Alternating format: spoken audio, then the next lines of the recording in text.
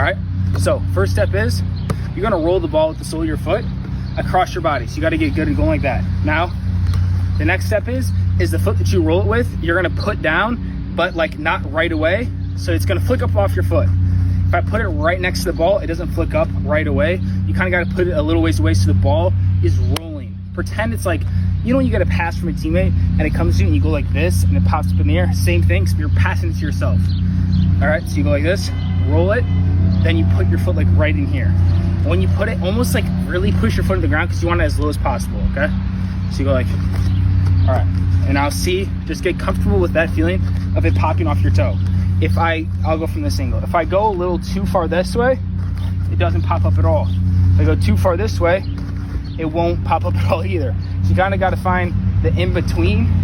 That's a little too close. You got to keep going.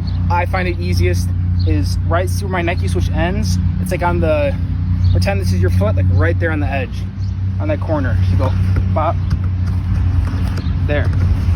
You want it just like that, okay? Now the next step is when you roll it,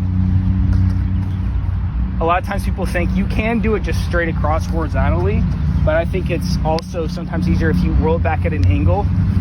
It's easier to flick up, okay?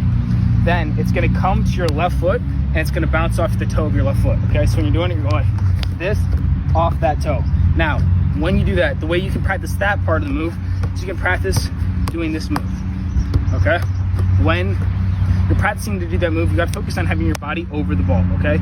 So your body over your foot, and this is especially important for this move because you have, like, say you're doing this move, it's pretty high in the air and it can bounce off your foot pretty high up, so you have time to get around and touch it. This move, you're flicking it off the ground, and so there's like barely any space for air, okay? Because it's only getting off this high off the ground, so when it touches this foot, you want every advantage you can give yourself for it to pop up as high as possible. So when your chest over the ball, it's gonna pop up as you're stepping over, and you gotta touch. The first touch is like almost sideways, the next touch is up, because there's not enough, for me at least, not enough time and space for it just to touch right up again, okay?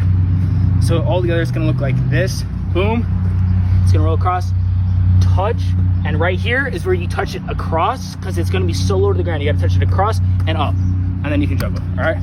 So all together, it looks like this.